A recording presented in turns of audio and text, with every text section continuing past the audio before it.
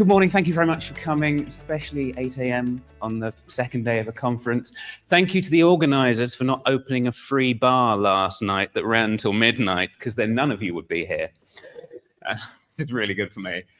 I was going through this slide deck and I realized at the end, there's actually a lot of code. There's a lot of code, and buckle up, close the doors, because there's a lot of code in this. And I used to worry that I put too much code in my slides when I was younger, when I was a young, foolish man. But now I'm older and wiser, I realize that actually code is great because it's this second language we have. It's this way we have of speaking to each other. We use it all the time to communicate ideas. We're used to that. We're used to code being a way not just to talk to a computer, but to talk to each other.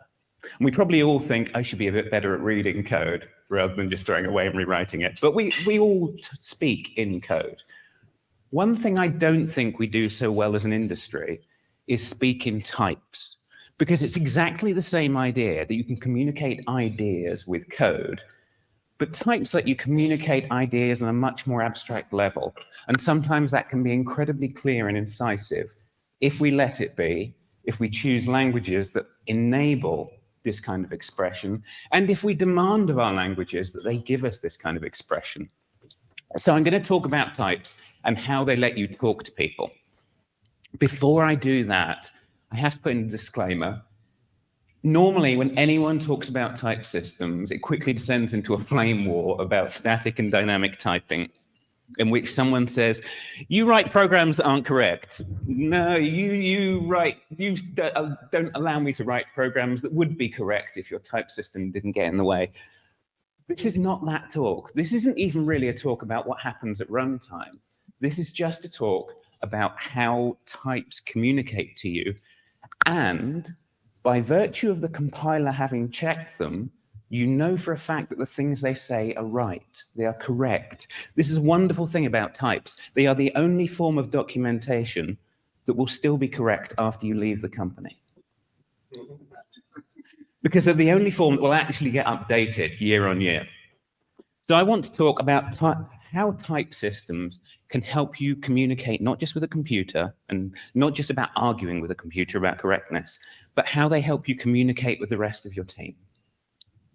How that form of communication, unlike any other form of team communication documentation, lasts into the future. You will write a type today that will tell someone something useful, even though they joined the company after you left. That's really valuable. And I will say, most of you see it from people I've talked to, most of you seem to be working in large companies, but I have this thesis that every single coding project is in a team. Even if it's tiny, even if it's just me on my laptop, I am working in a team with that guy who wrote the code 3 weeks ago, and that guy who's going to inherit both our code 3 weeks from now. Hopefully years if it's a successful indie project, but every project has a team of people, and there is a fourth person on that team, and it's the compiler, if we let it be. Also, like all great forms of communication, it allows you to look at your code in different ways, to look at it at different angles, to say, what if, to say, I've said this, and now I see it clearly staring back at me. Is that what I meant? Much like an argument with your wife the morning after. So, how are we going to talk about types? I'm going to break down the whole of computing, the entirety of programming computers, into 3 categories, which maybe if you're feeling generous this morning, you will accept describes all of computing. So category 1, what's the first thing you want to do when you're writing software? You want to describe things. You want to describe stuff. What's our way of talking about stuff in computing? I'm going to pick on a bit of a straw man. I'm going to pick a victim from 20 years ago.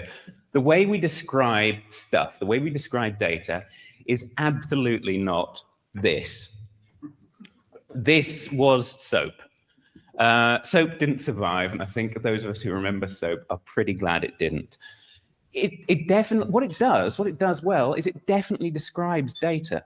What are you complaining about, Kris? This describes data. It does. What it doesn't do is describe it to humans.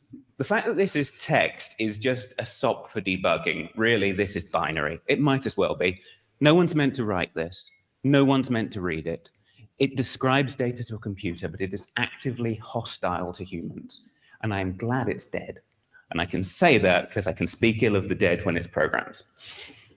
So SOAP failed because it was hostile to humans. What did we do instead in that particular era? What won? The thing that won was the thing that computers can read and humans can read and write.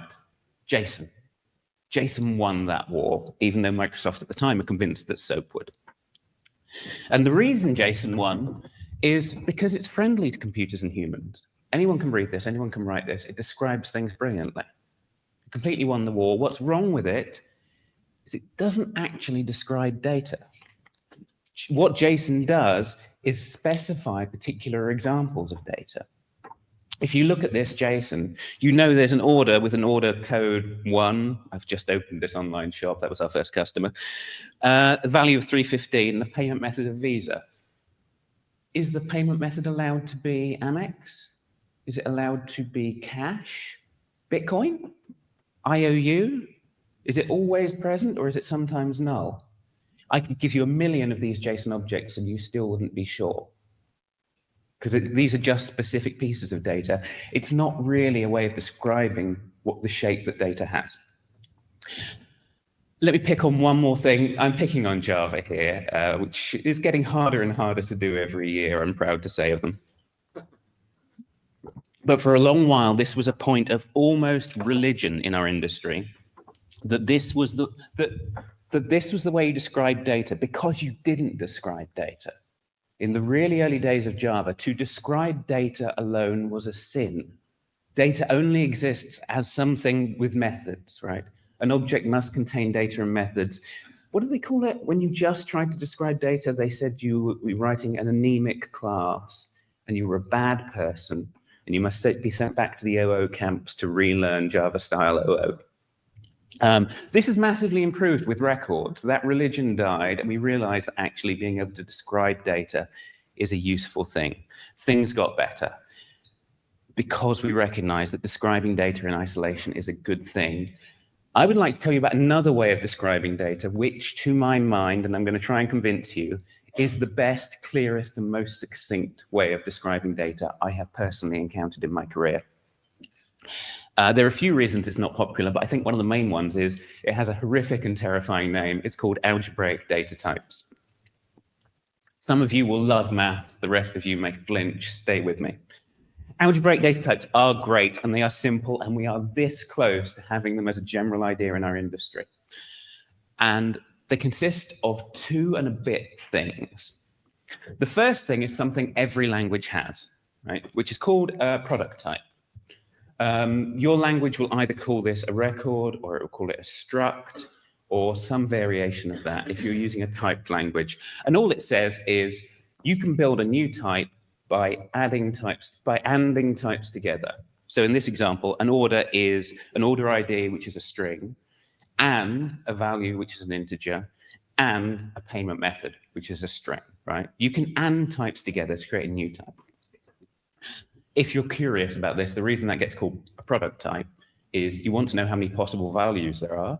You take the number of possible values for string, you multiply it by the number of possible values for integer, and you multiply it by the number of possible values for string. And that's the size of the type, which you'll realize pretty quickly is terrifyingly large. It's triple infinite. This may be a type that's too vague, too general. So all languages have this. All languages with type systems that I can think of have a way of ANDing types together.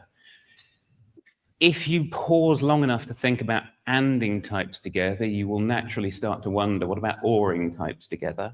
And that's the other one. And many languages have this, but not all. And if you have it in your language, you will call it an enum, almost certainly. It's a way of saying a value is either this, or this, or this, or this. It's called a sum type because to figure out the size of the type, you just add up the number of possibilities.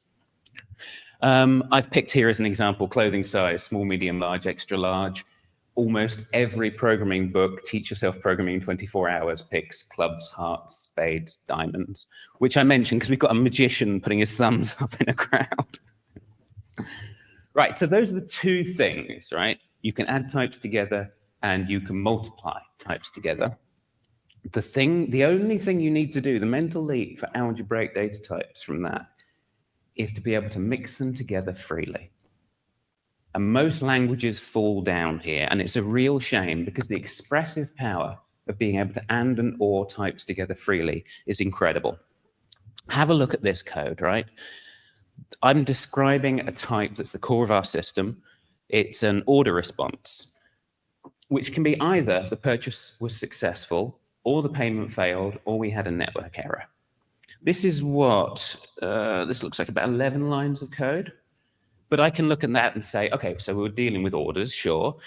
Things can go well, things can go badly. Things can go badly in one of two ways. The payment can fail, or we just kind of crap out with a network error. We've got payment providers, provider ID. So we're dealing with multiple payment sources. We are separating out payment failure from network errors. So that makes me think that we have separate handling for payment failures.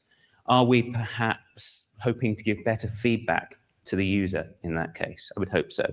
We have a network error with a status code, which is an integer. That to me is a big clue that this is probably over HTTP, right? Because the status code is a number. I can look at these 11 lines of code and already begin to figure out a heck of a lot about what this company does.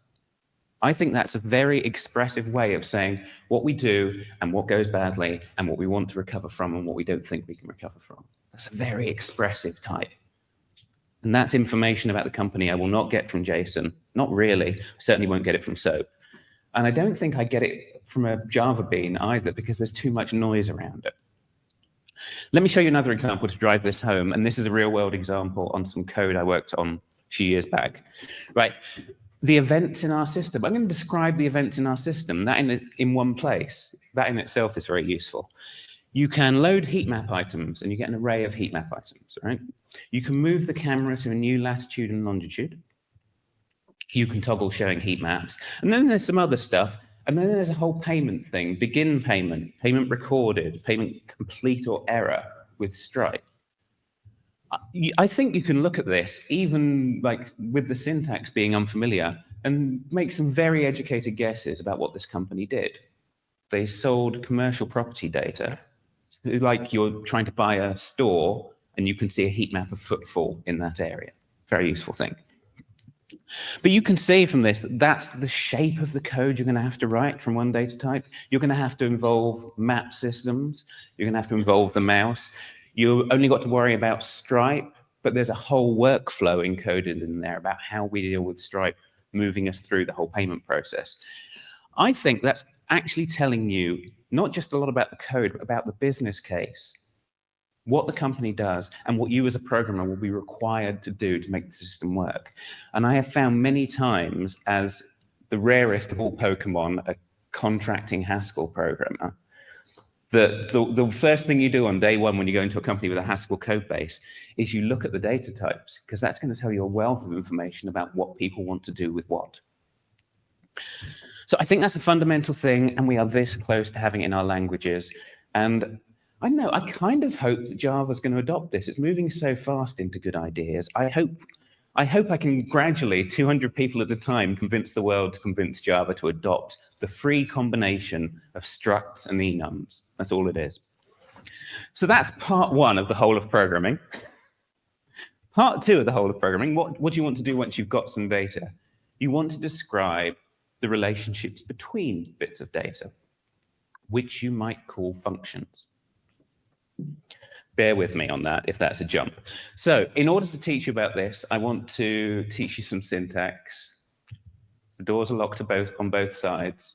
There are Jonathan, there are sharks on that side and alligators on that side, right? So you're a captive audience with serious threats either side. I'm going to teach you some Haskell. So just enough that I can express these ideas in what I think is the clearest way. So let me teach you some notation. Here's a Java function. It deals with withdrawals, right? You take a user ID and an amount, and it gives you back a string, presumably a receipt ID for the withdrawal. To turn that into Haskell syntax, firstly, we take away the public keyword. There is the notion of it in Haskell, but it's dealt with in a different way. And we take out the variable names. Haskell has argument names. Haskell has argument names, but you don't put them in the type signature because they're not types. They're implementation details. The next thing you do, and this is a personal hill I will die on, you put the return type at the end of the type signature, because the thing that you get back at the end should go at the end. There is no logical reason to have it at the start of the function. That is crazy. If you ever give me a time machine, the first thing I'm going to do is go back to the 1960s. So the past is over here. I'm going to go back to the 1960s, and there'll be a big queue of time travelers saying, don't invent null pointers. And I will go, yeah, but can we just, that's important too, but can we just move the return type to the end of the type signature? Because it's just logical. We read time left to right. That's the way languages should work, right? With that, you are almost at Haskell syntax. The rest is just syntactic sugar. It's going to look like this, right? A withdrawal is a thing that takes a string, takes an integer. The thing at the end is the thing it will give you back. I find this an interesting way of looking at it because it describes very succinctly and with no other noise a relationship that your function is describing. This function is describing a relationship between things it needs, the inputs, and the thing it will give you back after it's run, the output. This allows you to describe in an abstract way what your code is trying to achieve and some of how it's going to try and achieve it. Let me give you some real-world examples. For this, I'm going to switch to Elm, which is very similar to Haskell, except it has some nice error messages I want to show you later. I'm looking at the rock guy in the room, which is also very similar to Haskell now. One day I may rewrite these slides into rock. So some Elm examples. Okay, so this is real-world code. It's simplified, but I think it will give you the idea. So we were doing this web project in Elm, and we needed to generate some code that looked like this. Very boilerplate code, simple. It will help me get the idea across. We use this thing called glyph icons, and if you set up the right span tag with the right CSS class, you get these nice little icons, right? Which are probably a bit much for 8 a.m., but there's probably a good choice of icons for 6 p.m., something like that. But, you know, look at it. It's boring code to write. It's error prone. So, of course, someone wrote a helper function. And they wrote this. Icon class takes the name of the icon you want and generates the CSS class. Yeah, that's something you might just instinctively write in 2 minutes. Have a look at the type signature for this. What relationship is it describing between inputs and outputs? The type signature is string to string. String to string is the worst type signature in the whole of computing. Anytime you see this, it's a code, it's not even a code smell, it's a code stench. Let me tell you why, right? Here's a function called foo that takes a string and gives you back a string. What does foo do? What are the type communicated to you about what foo does? Is foo secretly this icon class code? Well, yeah, it could be. I've just shown you that it could be. But it also could be to upper or to lower, right?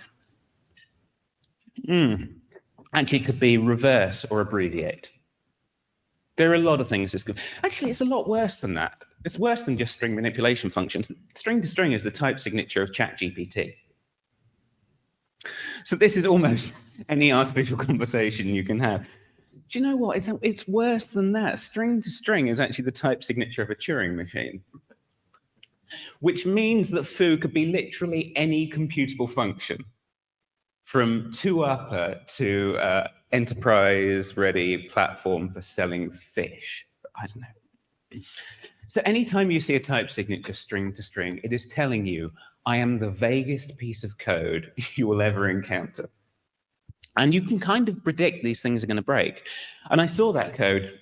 Sadly, I didn't catch it in code review. The bug had already got out.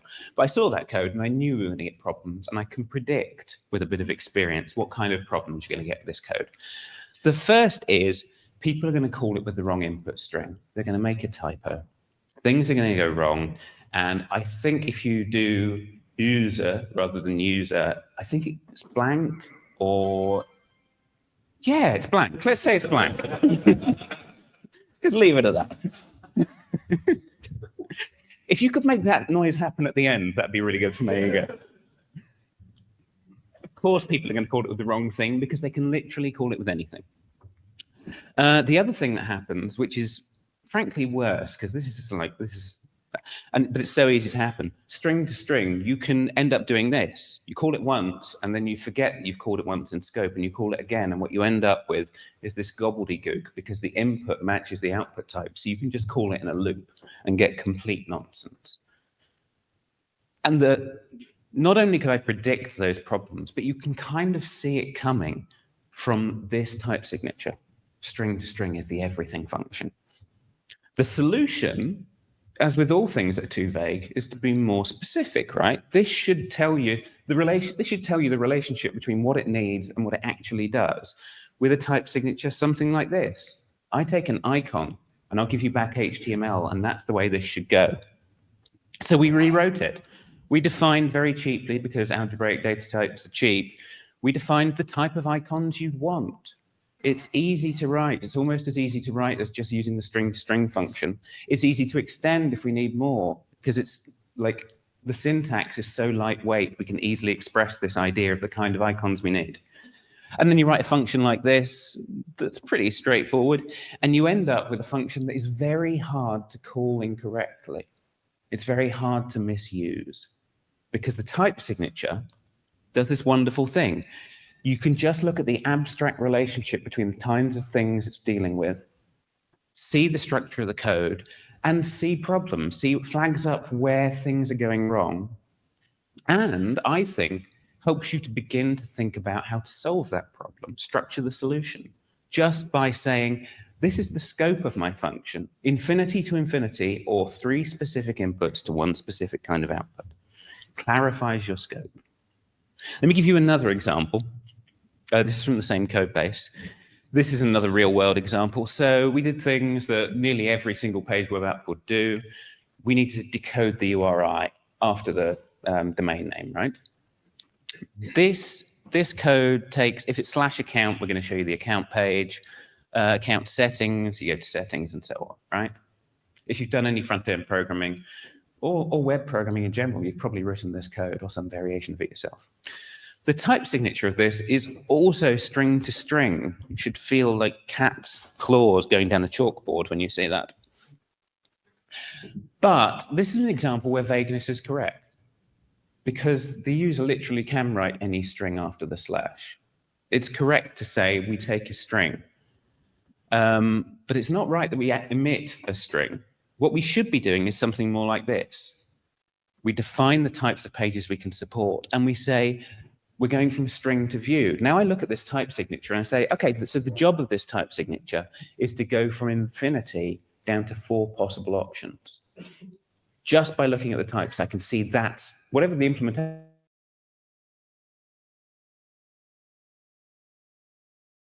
to express in 2 lines of code. So we rewrote it. We rewrote it like this. Do I need to go through that? Have a look at that, you get the idea. There are 3 different kinds of strings we recognize, and we throw not found, right? We don't throw not found, we return not found. The interesting thing about this is up to now I've been talking about types communicating to us. And we all know about types being about correctness. This is an example where types can communicate to the computer, and then the computer can communicate back to you, and you can have a conversation about the abstract ideas you're expressing. So, have a look at this code. Someone wrote this I think it was me. It must have been me, because otherwise I wouldn't have seen it. I wrote this very briefly, and it's actually the wrong implementation. This is the code that's taking the view and trying to show you what the page is.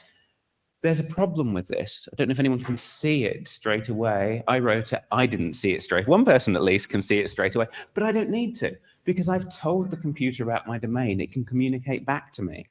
And it looks at this and it says, actually, you said there are 4 possible options that you've narrowed infinity down to, and you've forgotten one of them.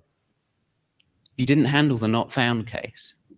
We've given that intelligence to the compiler, and now it's giving us information back, which I think is profoundly important.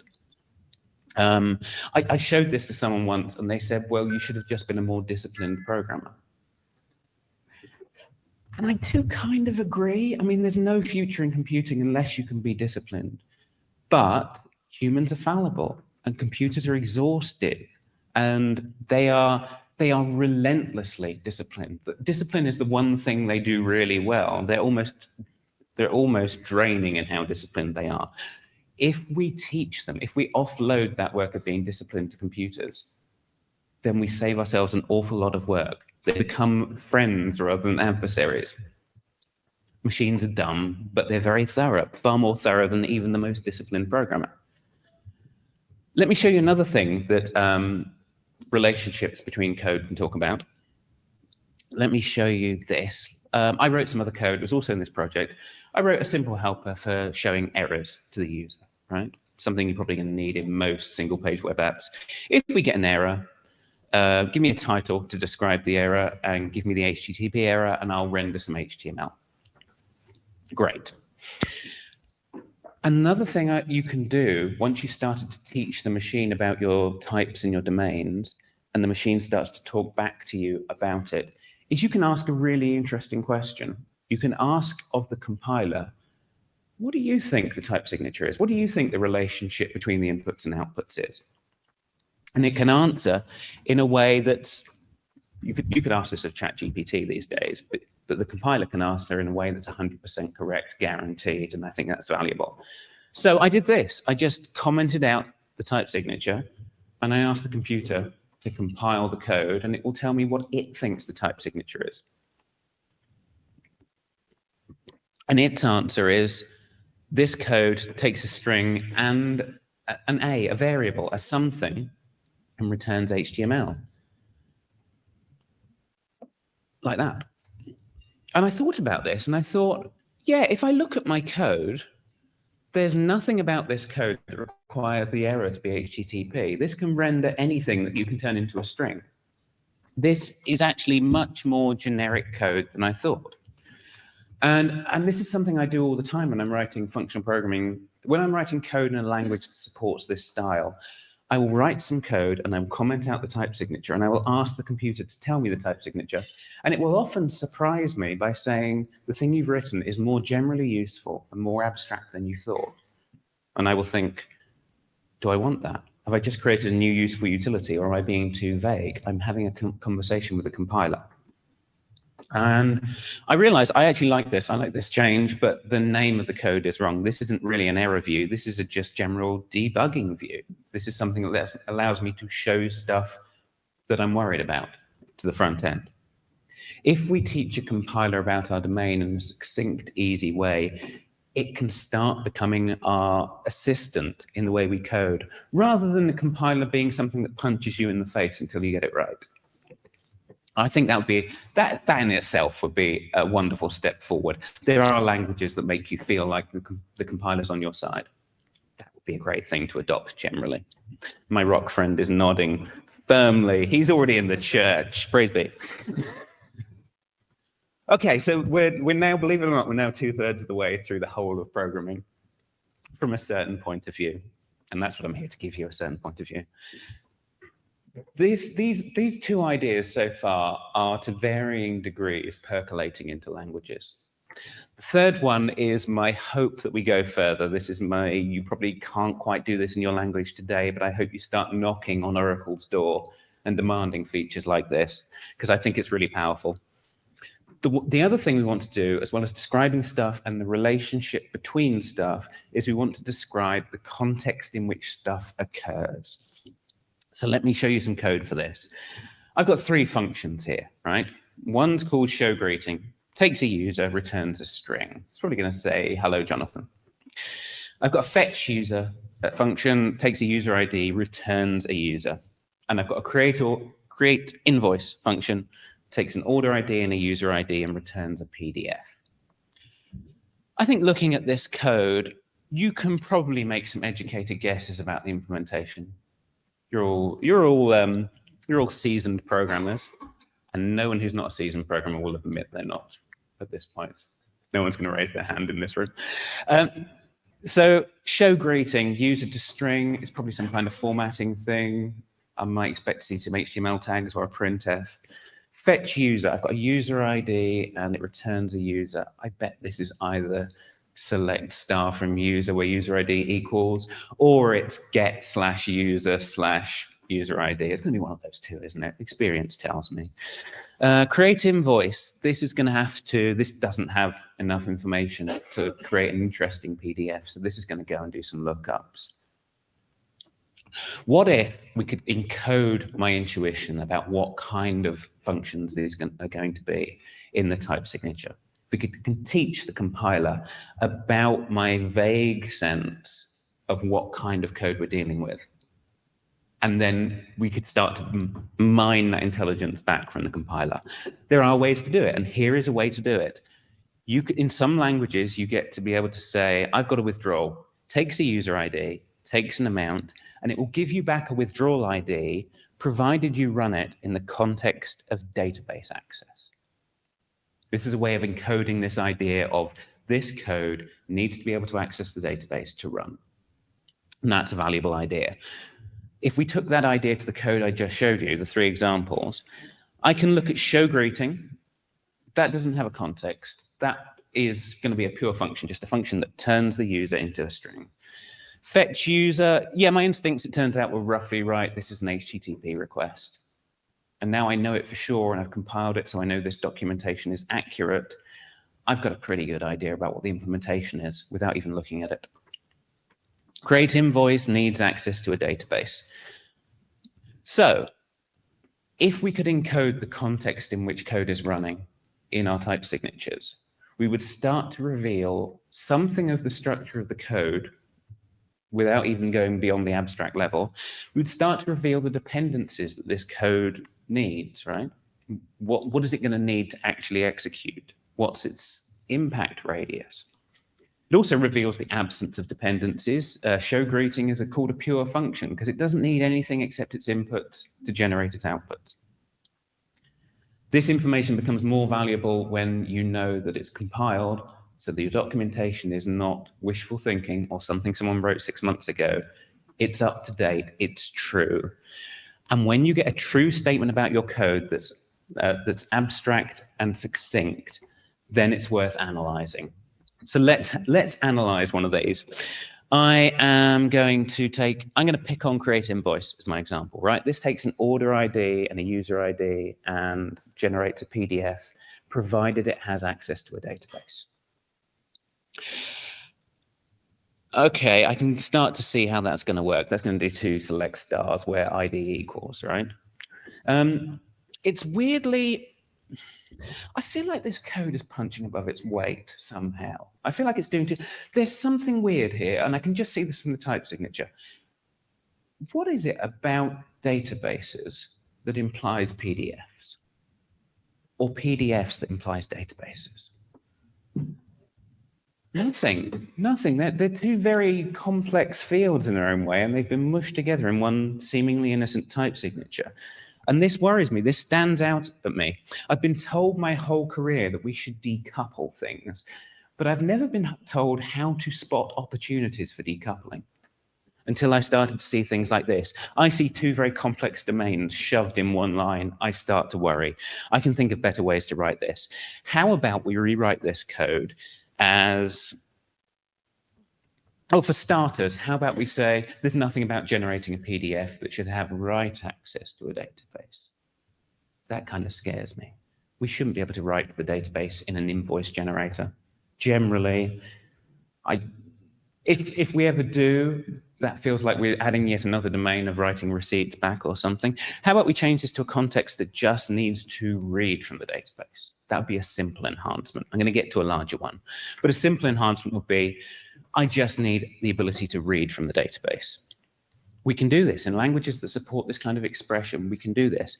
And this is really nice because if anything weird ever happens on the database, I know it's probably not this code that caused it, right? This is not dangerous code to run against the database.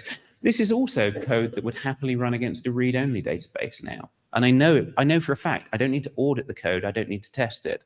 If it compiles with database read as its context, it's okay on a read replica. We can tame the complexity of this function by reducing its context, reducing its footprint. But we can go further, and this is what I was beginning to allude to.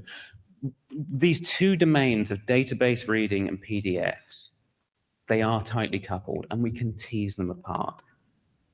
Imagine I create a separate data structure called an invoice, which has the user and the order, right?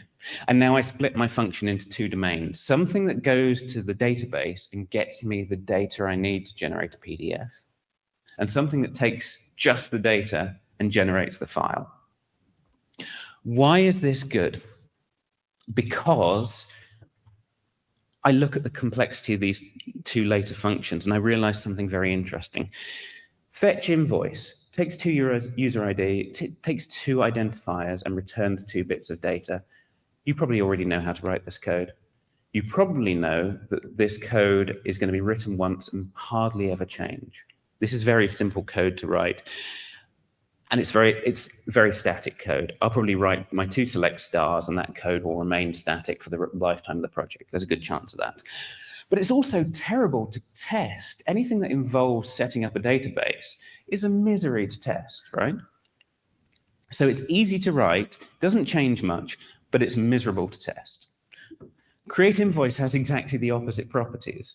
When you're writing an invoice, everybody in accounting has an opinion on what that invoice should look like. Everybody in marketing and branding has an opinion on what that code should look like. The auditors will come in and tell you to change it. This code is going to change a lot. But because it's just data to data, it's actually really easy to test. I can do golden master testing. That'd probably be the way I'd do it, right? So I just have a stock PDF from a stock invoice piece of data and I check that they don't change. And if they do, I code review it properly. We've gone from one function which has the properties of changes a lot and is difficult to test, to two that one I'm probably not going to bother to test automatically because it's not going to change, and one I can really dig in because I know this is going to be a source of never-ending change and complexity. And it's the type signature that gives me the clue that I can tease these things apart. A good abstract type signature says, hey, you're combining 2 weird domains. Here is an opportunity to decouple. And it also, in doing that, it allows you to tease things apart and you can make the bits that are hard to test more testable. In doing so, you can split things which are easy to get right and non-buggy into one side, and you can really dial down on the things that are hard to debug. And it all comes from your language being able to express your ideas back to you in a verified and fairly abstract way. So this is my central thesis. I'm going to start to wrap up. A good type system will let you do 3 things, and you should start to demand this of your languages. Even if you can't change your languages are beginning to change. A good type system will let you describe stuff. It will let you describe the relationship between stuff, and it will let you describe the context in which it happens. And you can begin to mine those ideas. Once you teach the computer, it becomes a servant and assistant that talks back to you. And you can learn to read the type signatures like a type whisperer. That's what I hope the future of computing looks like, these ideas percolating out generally. So, great. What do I do next? Where should I go? Let me start with some propaganda. Here are some languages you might want to look at. Haskell is going top to bottom, left to right. Haskell, that's where the mine of these ideas is to be found. I've used it in production. It's a great production language. That's where you'll find a wealth of ideas and a wealth of books. If you want something friendlier, which has an easier on-ramp, I would recommend the next one along, which is Elm. That's a very friendly language. If you're at all curious about these ideas or at all curious about functional programming, that will probably give you your easiest onboarding. The next one along is PureScript, which is my personal favorite language. It's just Haskell tidied up, and it works on the front end and the back end. The next one along is Unison. I really, really want people to check out Unison. It has all these ideas. It also has some fantastic ideas about version control. It has one of the best documentation systems for code that I've seen. It has some great ideas about collaboration and deployment. It's an absolute mine of great ideas. You should check out Unison. Even if you don't end up using it, it will feed your brain. And the 5th one is Rock, which from a certain point of view, you could say is the next generation of Elm. Yeah, my Rock friend is nodding, so But all of these languages, whichever one you pick, will allow you to start expressing these ideas, and that's the big idea. So it's also a big idea in the languages you're currently using. You see parts of these ideas percolating into TypeScript, into Rust, into joining the network. Oh, you can't see that. I've just got a network login pop up over there. That was fun. Into Swift. Gleam. Gleam's an interesting one. If you want to do type functional programming on Erlang's Beam, that's a whole other talk, but that's a fun one. If you want to go further, if for the couple of you in the room, it's like, yeah, I knew all that. What more can I do? What other ideas can I express with types? I'm going to recommend the book Type-Driven Development with Idris or Thinking with Types, which those are two books that say, okay, if that was our base level for the ideas we can express in abstract types, where can we go beyond that? I think I'm not entirely convinced that those ideas will percolate into the mainstream before I retire. We tend to move slowly as an industry, but if you want to see the future, go and look at those books.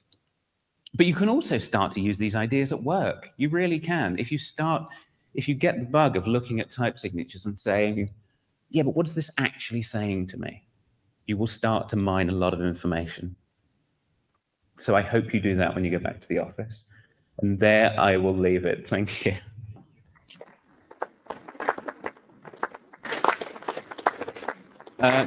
Two quick plugs. If you want links to some of the things I've talked about, there's a QR code. I have a podcast. I've been recording some podcasts over the corner in there already. If you're not sick of the sound of my voice by now, look us up on Developer Voices, and you can hear me talking to fascinating people with more fascinating ideas. Are we planning questions? Do we have time for Q&A? Does anyone have any burning questions? I'll be around all day if you want to talk to me. No? That's either a really good or a really bad sign. And I've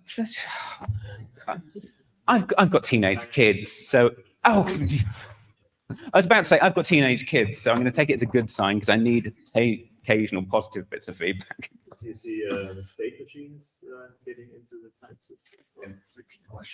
Okay. Do I see state machines getting into the type system? I actually considered sticking a whole section about state machines in this talk, and I just so can you put a state machine in the type system? Yes, you can. And the short answer is go and look at that book about Idris.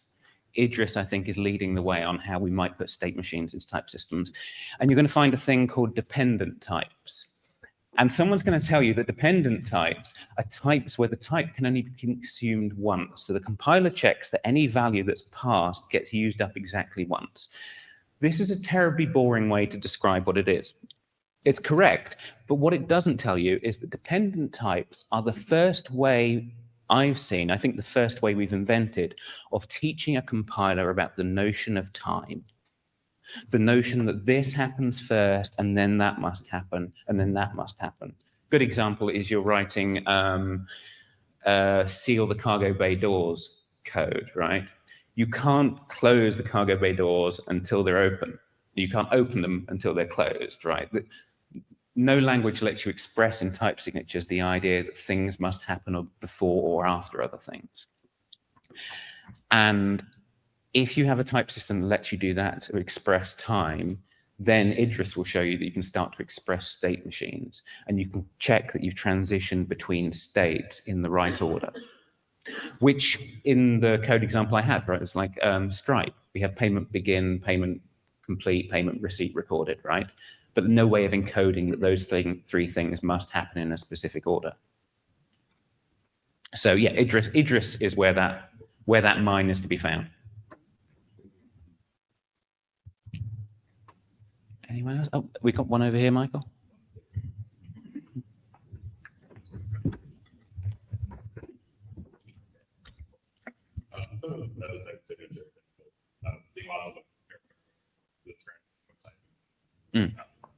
I think it's practical and accurate. It seems harder to read because you need to read ahead a little bit to find out when output has arrived when you reach the end of it, versus with a bit more classical method signature where you just have friends describing inputs, arrow for output. So I guess the question is, among like all the languages you described, is that like arrow syntax, is that real, like a real cross-cutting tendency of a lot of these languages, or are there more variations that are maybe still friendlier for querying or what have you, but require less read aheads to understand the full picture? So let me try and sum up that question for anyone who didn't hear. So this idea of a syntax where it's like type arrow, type arrow, type arrow, and the return type at the end versus parenthesis to demarcate. Most of the languages I've talked about lean towards the arrow syntax. Gleam is an example where they've said, actually, let's just go with the familiar syntax. I don't think it actually matters. I've wondered this. If I were to write a language, which syntax would I adopt? I prefer the arrow one, but I wouldn't exclude most of the programming world. I'd probably pick a traditional syntax just because people, just for familiarity, it's a hill not worth dying on, I think. But personally, I prefer the arrow syntax. Having got used to it, I find it clear.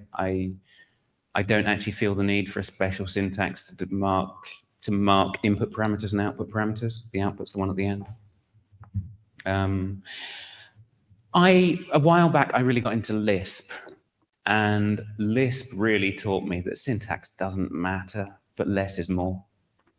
I'm totally sold on that argument. But also, Lisp taught me that arguing about syntax isn't really worth it either.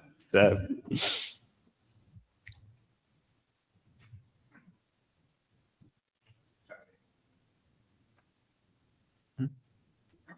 Okay. We get an extra 5 minutes for coffee. This is a good thing. Yeah. Cool. Well, thank you very much. I hope you enjoyed.